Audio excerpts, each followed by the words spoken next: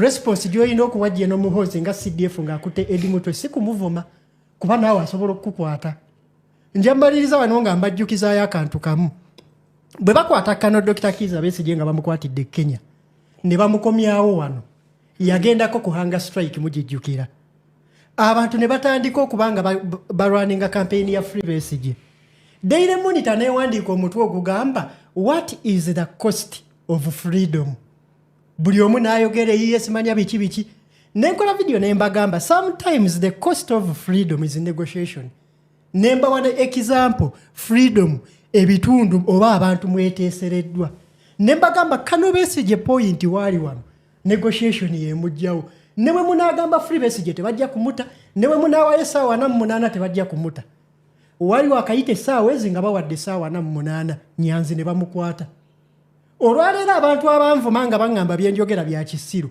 Kano Besigye bayinza n'okuba beerabira nti mukomera gyali naye nga kiri kye baali baagala okukola kyagaano kitegeera era time will come bano abantu basobola otuula ku mmeeza ne bakola ki ne bamuta olwaleero ng'ovuma CDF ng'ovuma ne gavumenti ng'oli eriyakulimye terina kyesobola kukola saagala weerabire nti yakwatako ababaka ba parliament 2 n'ebasibira emyaka egi nga terina amanyi kirikkiriya ki kyabasibya naye ng'ebaterese kitegeeza obuyinza babuyina amaanyi bagayina agasobola okukola ekyo mu kaseera kano bw'oba oba provokinga know that you are provoking people with the power and the armed forces. Assalamu alaikum wa rahmatullahi wa barakatuh. Balamusizzaako nnyo basebo ne bannyabo erinnya ndi muzzukulu wa Gabunga kansona Mutebe Sumayya.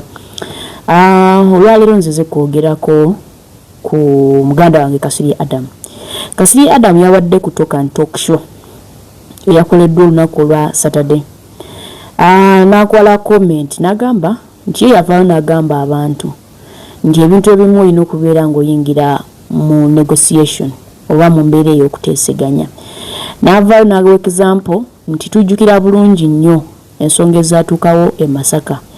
Honorable Halan Sewanyana ne Honorable Muhammad Segirinyo omugenzi we baakwatibwa ku nsonga z'ebijambibya ne beera mu nkomyo ebbanga eryali kunukiriza emyaka 2. Yavuddeyo n'ayongerako ku bigambo bye n'agamba jjo lyabalamu wano ejje ly'eggwanga UPDF lyalaga amaanyi lyagenda e Kenya ne libeera nga lyabductinga Kano Kiza Besigye kifeefe ne limuleeta ne limuteeka mu nkomyo ne limuparedinga mu kooti y'amagye mpaka olwaleero Dr. Kiza Besigye musibe. Yalowooza nti nno kyamagezi abannabyabufuzi abali mu bibiina ebyenjawulo okwegatta ne babeera nga bagenda boogerezeganye n'abo bali mu buyinza. Kino nno kyavudde ku kubanga ekibiina kya NUP nga kikulemberwa omukulembeze waakyo Robert Yagulanyi Ssentamu. Tubanja muganda waffe Edi Mutwe oba mulamu oba mufu twagala bamutuwe okuvaayo n'ategeeza abantu tukuŋŋaanire ekavule Makerere nga tuyimirira in solidarity with muganda waffe Edi Mutwe n'abalala bonna abadde bajja nga batwalibwa gavumenti oba ebitongole ebikuuma ddembe mu mbeera emu oba endala. Kasirye agamba nti ebintu ebimu tulina kutula ne twogera. Yes, ekyo tukkaanya nakyo. I am one who holds a principle nti ekituufu kiri waliwo ekituuka nga muyina okufuna emirembe muyina kwogerezeganya ng'abantu ng'abaana ab'endeemu. Naye mu nsi yonna yonna Pope Francis yakinoganya bulungi nnyo ng'akyali mulamu. Yagamba everything has a price tag and everything is for sale but not your dignity and your freedom. Bino ebigambo nno Ssaabakristu abanga yabyogera n'agamba nti buli kimu kyonna ekiriko omuwendo nga kiriko laament kitundibwa kigulibwa naye si ddembe lyo na kitiibwa kyo eky'obuntu. Fe mu mateeka ne ssemateeka wa Uganda yennyini constitution y'eggwanga ekinoganya bulungi nnyo nti eddembe ly'obuntu teririnnyirirwe mu mbeera yonna. Omuntu yenna by virtue nti ozaaliddwa n'oteekebwa ku nsi kuno Katonda n'akuwa omukisa okubeerako kimala bumazi okutegeeza n'okulaga nti wabaawo ebitasobola kuggyibwako embeera ne weebeera yakazigizigi etya. Ekimu ku byo bwe bulamu bwo musango okujjako omuntu obulamu bwe nga toyise mu kola egoberera amateeka. Mukyo kitegeeza ki? Ti omuntu yenna okugibwako obulamu bwe kyandikoleddwa nga kiyise mu mateeka. Kasirye Adam bigambo yayogedde yalaze nti alina ignorance and lack of knowledge on simple or basic principles of the law. Tuzibadde tusuubira nti buli munnayuganda kati tuzinoganyiza zimanyi. Waliwo enjawulo ya prosecution. Prosecution ye muntu okukwatibwa ngazizza omusango n'atwalibwa ku poliisi n'agibwa ku poliisi n'atwalibwa mu kooti n'asomera omusango gwe bamugamba ategeka aweewozeeko ne bamutwala muki kwa remand. Mu kkomera lyonna eri gazetted oba erimanyikiddwa ng'akkirizibwa okwogera ne balooya be n'abantu be. Ekyo bayita prosecution. Ye due process, it's the legal process and criteria. Abantu betwogerako bagize balondebwamu ne babuzibwawo okumala essaawa 48 n'okusuka. Prosecution kwe kubanga obuyinza buli mu muntu omu ng'asalawo toyo mugende mu mundeetere.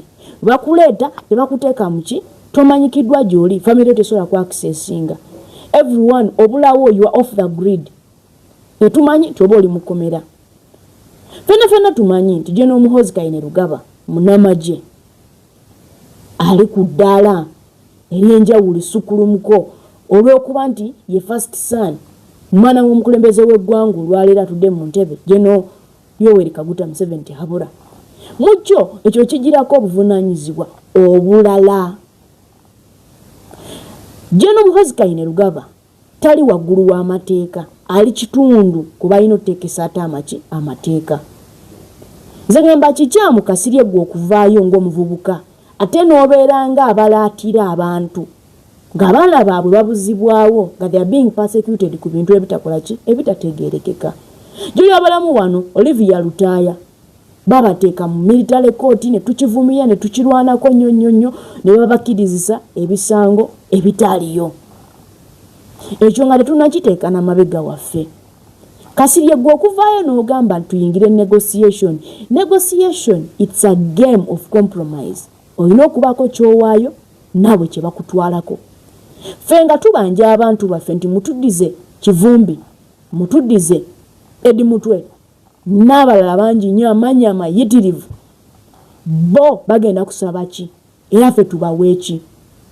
Gwe ogamba nti ffe tuvuname tuyingire negotiation. Negotiation ina principle emu, you must compromise on something.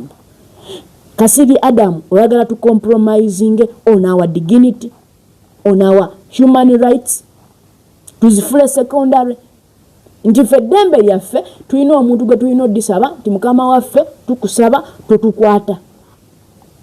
Kasirye Adam twagala tutegeere bulungi nnyo point yo gy'obadde ogezaako tuukako.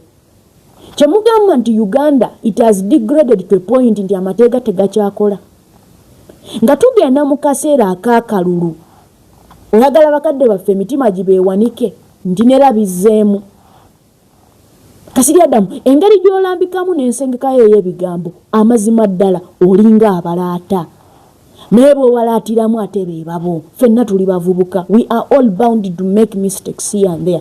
And if I make one, let me be paraded before courts of law.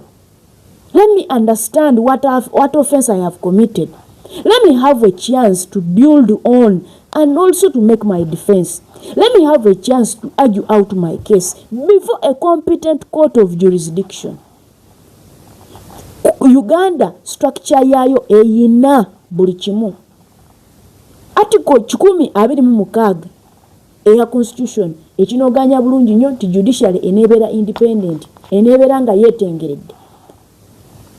Kakati gwe bw'ogamba nti ffe tunegotiatinge sandikwanukudde, but if you are saying we ought to negotiate for us to get something, batudize baganda baffe ffe tuweeyo ki? It simply means gw'ogambye ffe tuweeyo eddembe lyaffe, tuweeyo obuntu bwaffe, tuweeyo ekitiibwa kyaffe, tuweeyo ensa zaffe, naye nga tuli bannayuganda. Ffenna tuli bannayuganda. Yes, Dr. Kizza Besigye ali mu kkomera. But I want to remind you nti Nelson Mandela the Great yabeera mu kkomera emyaka more than 2 decades serving a cause. The price he had to pay for sense to come to these people, he spent more than 2 decades. Mukomera, isolated ngaliika. Dr. Kizza Besigye, nga yo mundu, alaba nti enensi, there is a price we all have to put on this country. We cannot let you play this ignorant game because you are not an ignorant person. I don't know if there is something you're lacking, but you need to touch base with reality. You need to touch base with reality. Human rights are not secondary. They are non-derogable. They are non-negotiable. I have a right to express myself for as long as I'm not offending anyone, for as long as I'm not insulting anyone, for as long as I'm not degrading anyone.